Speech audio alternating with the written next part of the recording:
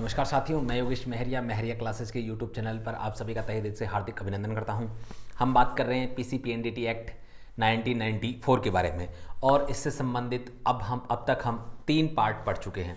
Part में हमने सामान्य जानकारी और इससे संबंधित भाग और इस एक्ट की जो धाराएं थी उनको हमने हेडिंग के रूप में पढ़ा था।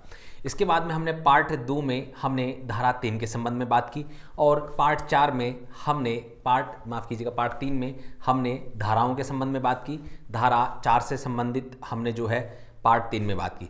अब हमारा ये तीसरा पार्ट पीसीपीएनडीटी एक्ट का है और इसमें अब हम धारा 5 से पढ़ना स्टार्ट करेंगे। तो चलिए एग्जाम के दृष्टिकोण से जो भी हमारे सवाल बनते हैं उन सभी को कवर करते हुए टू द पॉइंट बात करते हैं।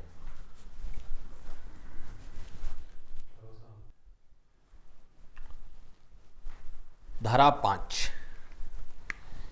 देखिए, पीसीपीएनडीटी की धारा 5 क्या प्रावधान करती है।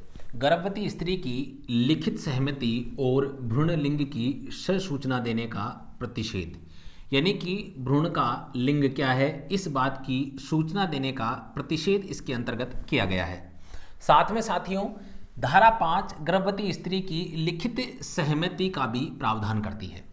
तो मुख्य रूप से क्या प्रावधान है, देखो, यदि हम कहें गर्भधारणपूर्ण या प्रसवपूर्ण निदान तकनीक का किसी भी प्रकार से कोई प्रयोग किया जाता है किसी स्त्री के संबंध में, तो उस स्त्री की लिखित सहमति आवश्यक है। दूसरी चीज, जो भी व्यक्ति इस प्रकार की जांच करेगा, इस तकनीक का उपयोग करेगा, उपयोग करने वाला जो व्यक्ति है वो भ्रूण लिंग की जो सूचना है वो किसी भी प्रकार से किसी भी व्यक्ति को नहीं देगा।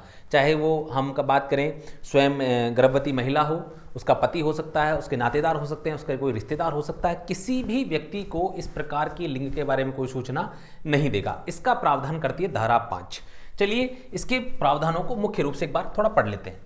कोई भी व्यक्ति प्रसवपूर्ण निदान प्रक्रिया का उपयोग करने से पूर्व कुछ नियमों की पालना करेगा। क्या करेगा, देखिए, गर्भवती स्त्री को ऐसी प्रक्रियाओं के सभी ज्ञात अनुषंगी प्रभावों और अनुमति प्रभावों को स्पष्ट करेगा कि भाई देखिए, इसी प्रकार का हम जो भी प्रयोग कर रहे हैं, जो भी इस तकनीक का आप पर इस्तेमाल कर रहे हैं, इसके क्या दुष्प्रभाव होंगे, क्या साइड इफेक्ट हो सकते हैं या क्या आपके शरीर पर प्रभाव पड़ेगा, उन सभी के बारे में उस गर्भवती स्त्री को बताया जाएगा साहब। ठीक है, गर्भवती स्त्री को ऐसी प्रक्रियाओं कराने की लिखित सहमति ली हो। अब गर्भवती स्त्री से लिखित सहमति लेनी है, जो हम ऊपर बात कर चुके हैं, किसके संबंध में, प्रसवपूर्ण निदान तकनीक के संबंध में ऐसी कोई प्रक्रिया गर्भवती स्त्री द्वारा करवाई जाती है तो पहले गर्भवती स्त्री से लिखित सहमति लेनी होगी और लिखित सहमति ऐसी भाषा में लेनी होगी जो वो समझती हो। ऐसा नहीं है कि भाई आपने जो है कोई हिंदी भाषी क्षेत्र की महिला और आपको उसने जो है अंग्रेजी में आपने उसको जो है लेटर टाइप करके दे दिया, लो साहब साइन कर दो, जी नहीं, उसे वो चीज़ हिंदी अनुवाद में भी आवश्यक होनी चाहिए जिससे वो समझ सके, या कहीं पे रीजनल लैंग्वेज जहाँ चलती हैं तो क्षेत्रीय भाषाओं का भी प्रयोग किया जा सकता है, बशर्ते वो भाषा उस गर्भवती स्त्री की महिला की समझ में आती हो। चलिए, लिखित सहमति की एक प्रति गर्भवती स्त्री को दी जाएगी। बिल्कुल सही बात है कि जैसे ही मान लो लिखित सहमति ली तो भाई कौन कौन सी लिखित सहमति ली, इसकी एक जो फोटो कॉपी जो है गर्भवती महिला को दे दी जाएगी ताकि वो अपने पास इसको सुरक्षित रख सके।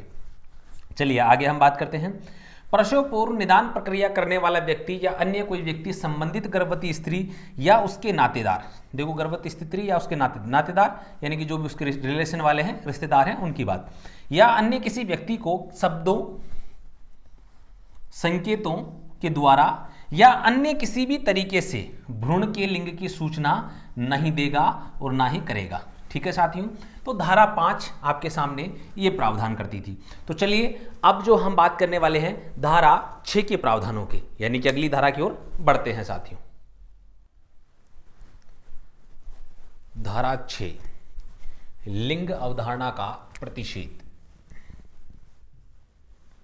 देखिए प्रावधान क्या कहते हैं, कोई भी आनुवंशिकी सलाह केंद्र, कोई भी आनुवंशिकी प्रयोगशाला और कोई भी आनुवंशिकी क्लिनिक या कोई भी व्यक्ति गर्भधारण से पूर्व, देखिए काफ़ी इंपॉर्टेंट है, गर्भधारण से पूर्व या उसके पश्चात लिंग चयन किसी भी ढंग से कारित नहीं करेगा, यानी कि लिंग का पता नहीं करेगा और ना ही किसी अन्य व्यक्ति से इस प्रकार का कोई कार्य करवाएगा। ये प्रावधान करती है धारा 6। ठीक है साथियों, तो चलिए अगली धारा की ओर बढ़ते हैं और अब हम बात करेंगे धारा 7 के बारे में।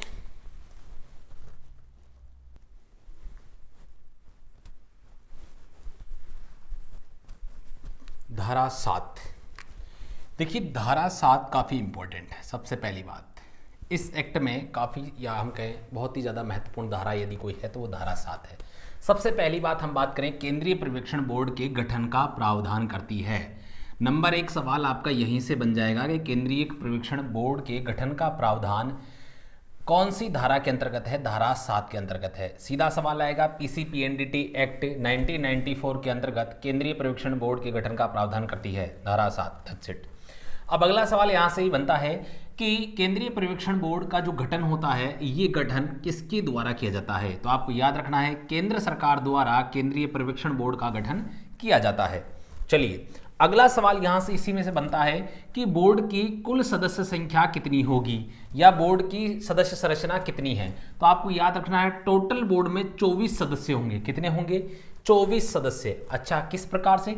देखिए सबसे पहले नंबर 1 यानी कि एक अध्यक्ष होगा, एक उपाध्यक्ष होगा, 3 केंद्र सरकार के विभिन्न मंत्रालयों के हम बात करें जो नियुक्त किए जाएंगे सदस्य। आगे हम बात करें, एक जो है हमारे स्वास्थ्य महानिदेशक हैं वो होंगे। आगे हम बात करें 10 सदस्य यहाँ पर 5 विभिन्न क्षेत्रों से चुने जाएंगे। ठीक है। आगे हम बात करें 3 सदस्य संसद सदस्य होंगी जो महिला सदस्य होंगी, 4 सदस्य राज्य और संघराज्य क्षेत्रों से हम बात करें नियुक्त होंगे, और 1 सदस्य जो है इस बोर्ड के सचिव के रूप में कार्य करेगा, जो कि हम बात करें इसी के परिवार कल्याण मंत्रालय का जो हम बात करें उसके संयुक्त सचिव स्तर के अधिकारी होगा। तो चलिए अब इसकी जो ये सदस्य संरचना है किस प्रकार से है इसको हम पूरा एक बार समझ लेते हैं। चलिए सबसे पहले हमने बात की नंबर 1 अध्यक्ष। तो अध्यक्ष कौन होगा, यही सवाल है कि केंद्रीय पर्यवेक्षण बोर्ड का अध्यक्ष कौन है या कौन होता है? परिवार कल्याण मंत्रालय। आपको स्पेशली याद रखना है कौन सा मंत्रालय है? परिवार कल्याण मंत्रालय का भार साधक मंत्री। भार साधक का मतलब यही होता है, देखो साथियों, सबसे पहले परिवार कल्याण मंत्रालय का या तो जो मंत्री होगा वो, या जिस मंत्री को इस मंत्रालय का भार दे रखा हो, यानी कि पर्टिकुलर इस मंत्रालय कोई मंत्री नियुक्त नहीं कर रखा हो, दूसरे मंत्री को इस प्रकार का भार दे रखा हो तो वो मंत्री होगा। चलिए अगली हम बात करते हैं उपाध्यक्ष। तो उपाध्यक्ष परिवार कल्याण मंत्रालय या विभाग का जो सचिव होता है वो उपाध्यक्ष के तौर पर हम बात करें केंद्रीय पर्यवेक्षण बोर्ड में कार्य करेगा। चलिए इसके बाद में हम बात करते हैं 3 पदेन सदस्य आते हैं साहब। 3 पदेन सदस्य आएंगे तो उनकी नियुक्ति कौन करेगा? सबसे पहले तो केंद्र सरकार। और ये 3 पदेन सदस्य कौन होंगी? ये केंद्र सरकार के 3 विभिन्न मंत्रालयों के हम बात करें तो सदस्य होंगे। चलिए महिला एवं बाल विकास विभाग के यहां से एक सदस्य चुना जाएगा। विधि और न्याय मंत्रालय के विधि कार्य विभाग या विधायी विभाग से एक सदस्य चुनकर आएगा। इसके बाद में आयुर्विज्ञान और होम्योपैथी की भारतीय पद्धति से एक व्यक्ति। तो हमें सीधे से हम यहाँ पर याद रखें तो ये तो आपका हो गया महिला और बाल विकास विभाग, ये हो गया विधि या न्याय विभाग, और ये हो गया चिकित्सा विभाग। मुख्य रूप से हम यहाँ से 3 पदेन सदस्य आपके जो हैं नियुक्त होंगे, और नियुक्त किसके द्वारा होंगे साथियों? केंद्र सरकार के द्वारा। चलिए अब हम बात करें नंबर 4 एक सदस्य। तो एक सदस्य देखिए, एक पदेन सदस्य केंद्र सरकार के स्वास्थ्य सेवा महानिदेशक होंगे। ठीक है। चलिए आगे हम बात करते हैं नंबर 5 10 सदस्य। तो हमने यहां पर ये 10 सदस्य लिखे। देखिए 10 सदस्य कौन होंगे? सबसे पहले तो इन 10 सदस्यों की नियुक्ति जो है केंद्र सरकार के द्वारा की जाएगी। ठीक है साथियों। आगे हम बात करें कौन से 10 सदस्य होंगे, यानी कि कितने क्षेत्रों से होंगे? तो आपको यहां पर याद रखना है 5 क्षेत्रों से होंगे और 10 सदस्य होंगे, अर्थात प्रत्येक क्षेत्र से हम बात करें या विभाग से कितने होंगे? 2 सदस्य होंगे।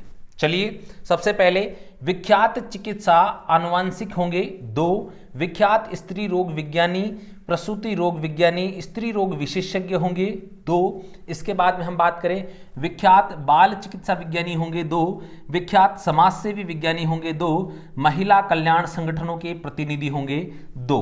ऐसे करके टोटल कितने सदस्य हो जाएंगे साथियों? 10 सदस्य यहां पर हो जाएंगे। चलिए आगे हम बात करते हैं नंबर 6 पर। तो हमने यहां बात की थी 3 सदस्य। तो 3 सदस्य जो हैं महिला संसद सदस्य हैं, यानी कि संसद से 3 महिला सदस्यों को यहां पर जो है निर्वाचित किया जाएगा। देखो साथियों काफी इंपॉर्टेंट बात है, अभी तक हमने केवल नियुक्ति के बारे में बात की या पदेन सदस्य के बारे में बात की। तो मैं आपको तीनों कंसेप्ट क्लियर करवाऊंगा। पदेन सदस्य क्या है, नियुक्त सदस्य कौन से हैं, निर्वाचित सदस्य क्या है, इनमें डिफरेंस क्या है, थोड़ा ये भी मैं आज आपको कंसेप्ट क्लियर करने वाला हूं।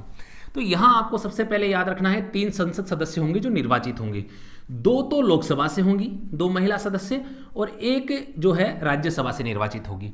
तो मैं आपको यहां पर बता दूं ये क्या है, संसद सदस्य अर्थात सांसद होंगी। चलिए आगे हम बात करें, 4 सदस्य और होंगे और ये भी नियुक्त होंगे और ये होंगे केंद्र सरकार के द्वारा। ठीक है, यहां पे हमने लिखा होगा नियुक्ति राज्य सरकार की सिफारिश पर होगी। चलिए हाँ ये रखा, देखो केंद्र सरकार द्वारा नियुक्त। चलिए आगे हम बात करते हैं, राज्यों और संघ राज्य क्षेत्रों का प्रतिनिधित्व करने के लिए 4 सदस्य होंगे।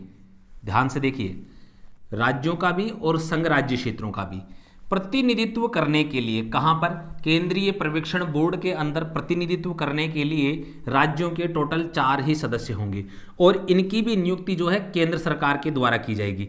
लेकिन ये नियुक्ति जो है राज्य सरकार या संघ राज्य सरकार की सिफारिश पर ही की जाएगी। अर्थात मान लीजिए राजस्थान से हम बात करें, कोई सदस्य चुनकर भेजने हों तो राजस्थान सरकार उन नामों की सिफारिश करेगी, लेकिन अपॉइंटमेंट कौन करेगा, केंद्र सरकार करेगी। ठीक है, तो सिफारिश करने का काम क्या है, स्टेट गवर्नमेंट का होगा, और उसको हम बात करें अपॉइंट करने का काम किसका होगा, सेंट्रल गवर्नमेंट का होगा। ठीक है, चलिए, लेकिन यह एक खास बात है, 2 वर्णाक्रम में और 2 उल्टे वर्णाक्रम में होंगे।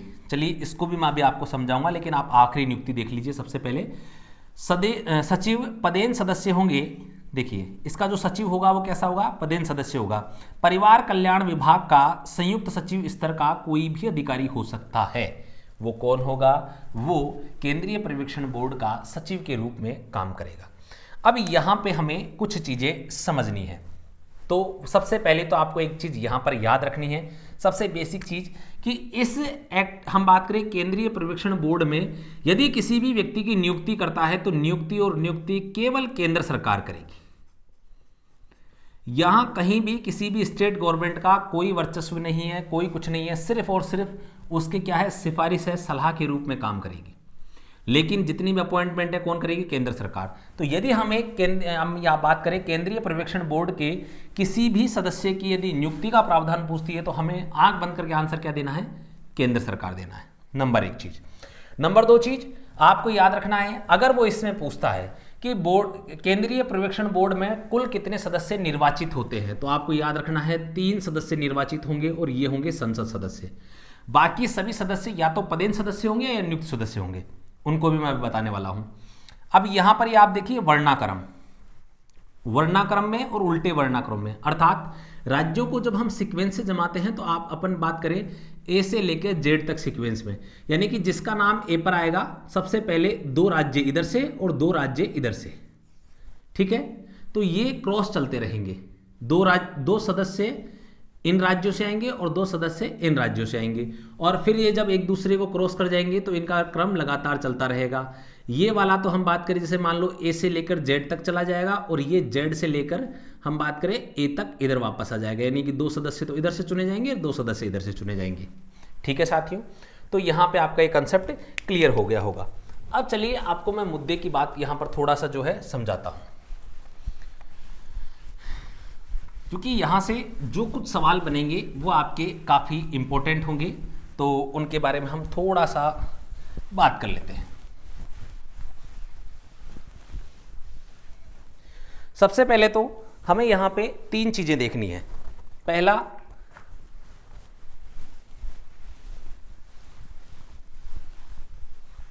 आपके सामने 3 चीजें आई, आपको पता होना चाहिए पदेन सदस्य,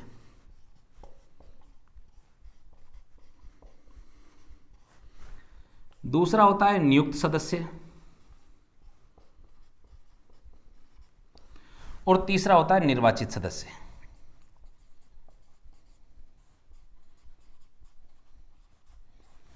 देखो यहां पे पदेन सदस्य का अर्थ यह होता है कि वो ऑलरेडी किसी पद पर विराजमान है, पद पर है, पहले से किसी पद पर है, और जो भी व्यक्ति इस पद पर होगा वो ऑटोमेटिकली इस बोर्ड का पदेन सदस्य कहलाएगा। जैसा हमने बात की, परिवार कल्याण मंत्रालय का मंत्री ही क्या होगा, अध्यक्ष होगा। अब जो भी व्यक्ति परिवार कल्याण मंत्रालय का मंत्री होगा, गवर्नमेंट किसी की भी हो, जो भी व्यक्ति हो, मान लो कांग्रेस का होगा तो अन्य व्यक्ति होगा, बीजेपी का होगा तो अन्य व्यक्ति होगा, आपकी पार्टी होगी सेंट्रल गवर्नमेंट में तो अन्य व्यक्ति होगा। तो जो भी व्यक्ति इस पद पर, इस मंत्री के पद पर विराजमान होगा, वही व्यक्ति सीधा जो है इस बोर्ड के अध्यक्ष के रूप में काम करेगा। तो ये क्या हो गया, पदेन सदस्य। इस प्रकार से जैसे उपाध्यक्ष हो गया, अन्य सदस्य, ये जो 3 सदस्य हैं ये नियुक्त होते हैं, ये पदेन सदस्य है, ये पदेन सदस्य है। चलिए, नियुक्त सदस्य यानी कि जिसकी नियुक्ति की जाए, जिसको अपॉइंट किया जाए कि भाई आपको हम अपॉइंट कर रहे हैं, आपको ये काम करना है। तो नियुक्ति उसी व्यक्ति की जाती है जिसकी आवश्यकता हो या वो किसी पद पर नहीं हो, यानी कि अन्य पद पर वो व्यक्ति नहीं होता है, अन्य पद पर नहीं होता है। ठीक है, अगर होगा तो वो गवर्नमेंट सेक्टर में नहीं होकर किस में होगा, प्राइवेट सेक्टर में होगा। ठीक है, गवर्नमेंट सेक्टर में नहीं होगा। तो ऐसे व्यक्ति को क्या होंगे, हम नियुक्त करेंगे, अपॉइंट करेंगे कि भाई आप इसके मेंबर होंगे, हम आपको नियुक्त करते हैं, अपॉइंट करते हैं। यानी कि आपने देखा होगा, आप एग्जाम दे रहे हैं, राजस्थान पुलिस की तैयारी कर रहे हैं, दरोगा की तैयारी आप करते हैं, सब इंस्पेक्टर की आप तैयारी करते हैं, आप रिटर्न पास करते हैं, फिजिकल पास करते हैं, उसके बाद में आपका जो है मेरिट लिस्ट आती है, उसके बाद में आपको अपॉइंटमेंट लेटर मिलता है, नियुक्ति पत्र मिलता है कि आपको राजस्थान पुलिस में एज ए कांस्टेबल नियुक्त किया जाता है। ठीक है, तो वो वही प्रक्रिया यहां पर है नियुक्ति के संबंध में।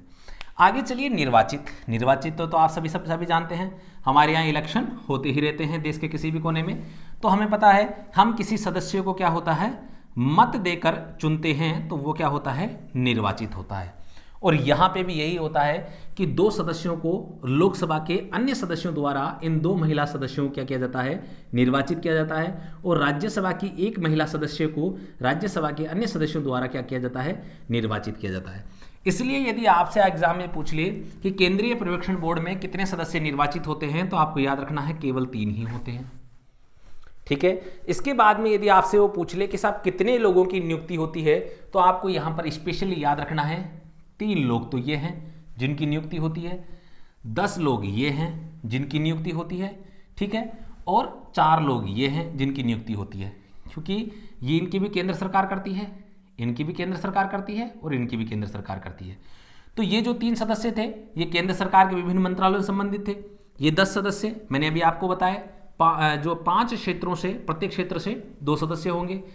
हम बात करें ये 4 सदस्य, ये आपके सामने जो राज्यों से संबंधित थे वो, ये 3 तो आपके सामने जो है महिला सदस्य हो गए। तो इस प्रकार से टोटल 17 जो है सदस्य क्या होंगे, नियुक्त होंगे। 3 सदस्य निर्वाचित होंगे। आप इसको लिख लीजिएगा, ये काफी इंपॉर्टेंट है। अगर एग्जामिनर घुमा के आपको बाहर करना चाहे, हालांकि इतने जटिल सवाल नहीं आते हैं, लेकिन फिर भी हमें संभावना के ऊपर हमेशा तैयार रहना चाहिए। चलिए आगे हम बात करते हैं। इसके बाद में पदेन सदस्यों की बारी आती है। तो भैया 24 में से निकाल दो, 4 ही तो पदेन सदस्य बचे। 4 कौन कौन से, नंबर 1, नंबर 2, नंबर 3 और नंबर 4।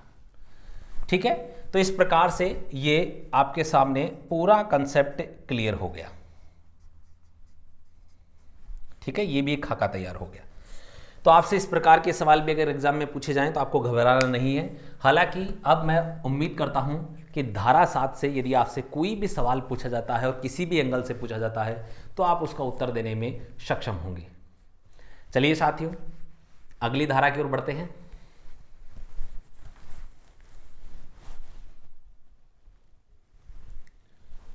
धारा 8।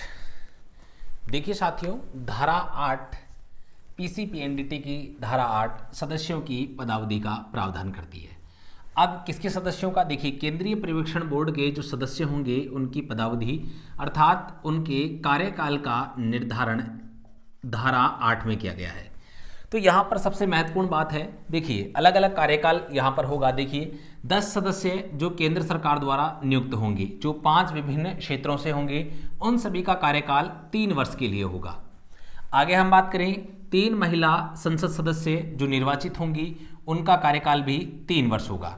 आगे हम बात करें 4 सदस्य जो राज्य व संघराज्य क्षेत्रों से निर्वाचित हुए, माफ कीजिएगा नियुक्त हुए, केंद्र सरकार द्वारा नियुक्त किया गया, वो उनको 1 वर्ष का कार्यकाल उनका होगा। ये काफ़ी इंपॉर्टेंट है, डिफरेंट है, इसलिए सवाल पूछा जा सकता है कि केंद्रीय पर्यवेक्षण बोर्ड में राज्यों में संघराज्य क्षेत्रों से प्रतिनिधित्व करने वाले सदस्यों का कार्यकाल पीसीपीएनडीटी एक्ट में कितना बताया गया है या कितना है।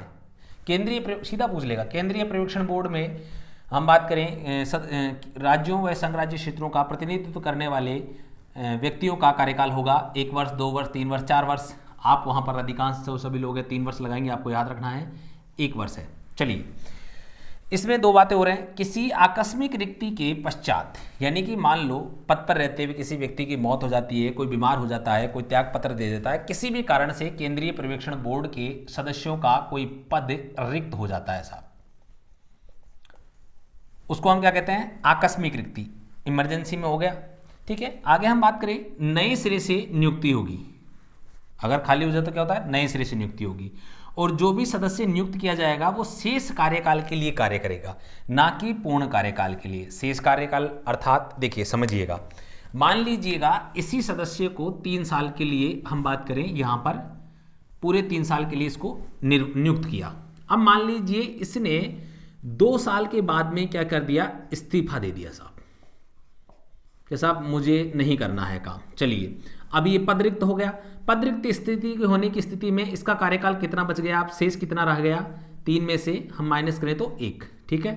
और इसको यदि हम प्लस करते हैं तो टोटल कितना हो जाता है? ये 3 हो गया, यानी कि 2 साल तो उसने काम कर लिया, 1 साल बच गया। अब 1 साल जो बच गया, इस पर जो भी नए सदस्य की केंद्र सरकार हम बात करें नियुक्ति करेगी तो वो 1 साल ही कार्य करेगा, ना कि पूरे 3 साल। समझ गए? और जब ये कार्यकाल समाप्त हो जाएगा तो हो सकता है इसे पुनर्नियुक्त कर लिया जाए, वो अलग संभावना है। चलिए, उपाध्यक्ष ऐसे कृत्यों का पालन करेगा जो समय समय पर अध्यक्ष द्वारा सौंपे जाएंगे। तो ये कोई बड़ा इशू नहीं है, लेकिन यहाँ प्रावधान इसलिए किया गया है क्योंकि कई बार जो होता है, कई उपाध्यक्ष जो होते हैं वो कहते हैं मेरा कुछ और काम है, आपका काम है, आप खुद कीजिए, ठीक है। लेकिन यहाँ पर साफ तौर से कह दिया गया है कि उपाध्यक्ष क्या काम करेगा साहब? उपाध्यक्ष का पद अध्यक्ष की अनुपस्थिति में कार्य तो करेगा ही करेगा, लेकिन अध्यक्ष द्वारा यदि उसे कोई काम सौंपा जाता है तो वो भी पूरा करना उपाध्यक्ष की जिम्मेदारी होगी, कर्तव्य होगा। तो साथियों, धारा 8 तक के सभी प्रावधान हमने पढ़ चुके हैं। आगे की धाराओं की बात हम अगले पार्ट में अगली कक्षा में करेंगे। अगर आपको हमारा अध्ययन और कंटेंट आपको पसंद आ रहा है, अध्ययन सामग्री समझ में आ रही है, तो आप हमारे वीडियो को लाइक कर सकते हैं, साथ में कमेंट भी, और आप हमारे YouTube चैनल को सब्सक्राइब भी कर सकते हैं, क्योंकि और बेल आइकन को आप प्रेस कीजिएगा। बेल आइकन को ऑल पे प्रेस करना है, जिससे हमारे द्वारा जो भी कंटेंट, जो भी अध्ययन सामग्री, जो भी कक्षाएं अपलोड की जाती हैं, उन सभी के नोटिफिकेशन की जानकारी आपको तुरंत प्रभाव से मिल सके। इसी के साथ मैं आप सभी से विदा लेना चाहता हूँ। जय हिंद, जय भारत मेरे साथियों।